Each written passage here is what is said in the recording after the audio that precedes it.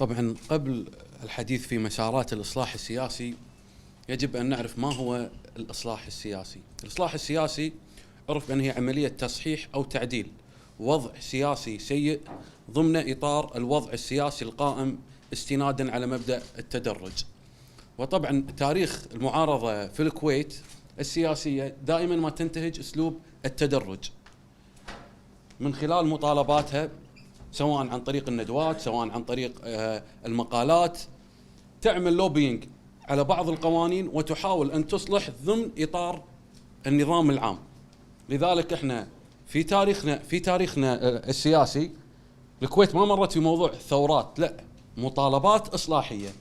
وأنا يمكن ليش أبي أذكر هالنقطة، أن دائما هناك اتهام، وإحنا طبعا مو مفترض منا أن إحنا نبرر، ولكن اتهام بأن أنتم كمعارضين أنتم ضد السلطة، أنتم عندكم مشكلة مع سواء مع الأمير أو ولكن نحن دائما نذكر بأن علاقتنا مع الأسرة الحاكمة يحكمها الدستور الكويتي، هو من نظم العلاقة وهو من وضح الواجبات سواء التي لنا أو التي علينا. طبعا من الأشياء اللي تدرجنا فيها موضوع الدوائر الخمس، كانت مطالبات شبابية انتقلت إلى مجلس الأمة، تمحل مجلس الأمة ورجعوا النواب والشباب اللي كانوا يطالبون بالخمس إلى مجلس الأمة وأقر قانون الدوائر الخمس. هذه مقدمة. أول مسارات الإصلاح السياسي اللي أعتقد من المهم أن يتم تصحيحها هي السلطة التنفيذية، وأقصد مجلس الوزراء. مجلس الوزراء حسب المادة 123 من الدستور يهيمن مجلس الوزراء على مصالح الدولة ويرسم السياسة العامة للدولة ويشرف على سير العمل في الوزارات. إذن مهمة مجلس الوزراء مهمة كبيرة جدا، مو مهمة سهلة. لكن عندما نأتي ونرى رئاسة مجلس الوزراء، وأنا أتكلم بالذات رئاسة مجلس الوزراء الحالية والسابقة، رئيس مجلس الوزراء الحالي فشل في إدارة الحكومة، ورئيس مجلس الوزراء السابق أيضا فشل في إدارة الحكومة. على الأقل حتى في مواجهتهم للاستجوابات ما كانوا واضحين. رئيس مجلس وزراء يتم استجوابه يا يحوله إلى التشريعية، يا يشطب الاستجواب، يا يجيب على المقدمة ويقول هذا بقية الاستجواب ما لي علاقة فيه، أو يحوله إلى المحكمة الدستورية. إذا أنت قاعد تدير جهاز بهذا الأهمية ولا تستطيع أو لا تملك الشجاعة بأن تواجه الشعب، اقعد ببيتكم. أنت عليك دور اليوم كونك رئيس هذا الجهاز وبهذه الصلاحيات أن تواجه الشعب الكويتي. نعم، لصاحب السمو الحق في اختيار رئيس مجلس الوزراء، وأيضا نحن لنا الحق حسب الدستور باستجواب رئيس مجلس الوزراء، وكمجلس برفع كتاب عدم تعاون مع الحكومة. أيضا الموضوع الآخر، وهو أعتقد بأن هذا موضوع مهم وشغل الشارع الكويتي خلال السنوات السابقة، وهو مسار مهم يحتاج إلى تصحيحه، هو قانون الانتخاب.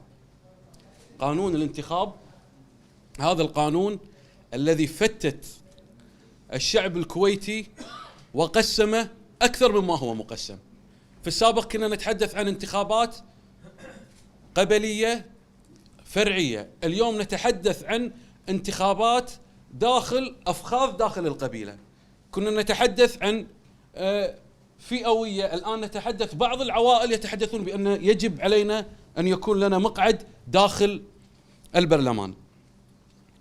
طبعا القانون هذا تكلمنا عنه في المرات السابقة وشرحنا، بس أبي أتكلم بنقطة بسيطة. صفحة 19 من حيثيات الحكم، حكم المحكمة حول قانون الصوت الواحد، ذكرت الحيثيات بأن قاعدة الصوت الواحد قاعدة مطبقة في العديد من الديمقراطيات العالمية، وأنها تتيح للأقليات التمثيل في البرلمان. طبعا أنا قلت خليني أشوف ما هي الديمقراطيات اللي يتحدث عنها الحكم. وجدت بأن هذه الديمقراطيات إندونيسيا، تايلاند، أفغانستان والأردن. هنيئا لكم بهذه الديمقراطيات. هذا القانون قانون سيء، وإحنا في المنبر الديمقراطي تحدثنا وتقدمنا بقانون، وهذا القانون حاليا موجود في اللجنة التشريعية في مجلس الأمة، قانون الانتخاب النسبي. ودور الانعقاد السابق هناك طلب من أعضاء لاستعجال اللجنة التشريعية بإتمام إخراج ملف هذا القانون، بحيث يتم دراسة كل القوانين المقدمة ويتم طرحها على مجلس الأمة. وأنا أقول الفرصة إلى الآن ما زالت سانحة لهذا المجلس بأن يغير ويعدل هذا القانون. أيضا موضوع تفعيل دور الأجهزة الرقابية. يعني في الكويت عندنا مجلس أمة، عندنا ديوان محاسبة، عندنا جهاز المراقبين الماليين، عندنا نيابة، عندنا تحقيقات. كل هذه الأجهزة إلى الآن ما تقدر تكتشف منه الفاسد، كأن الفاسد زئبق.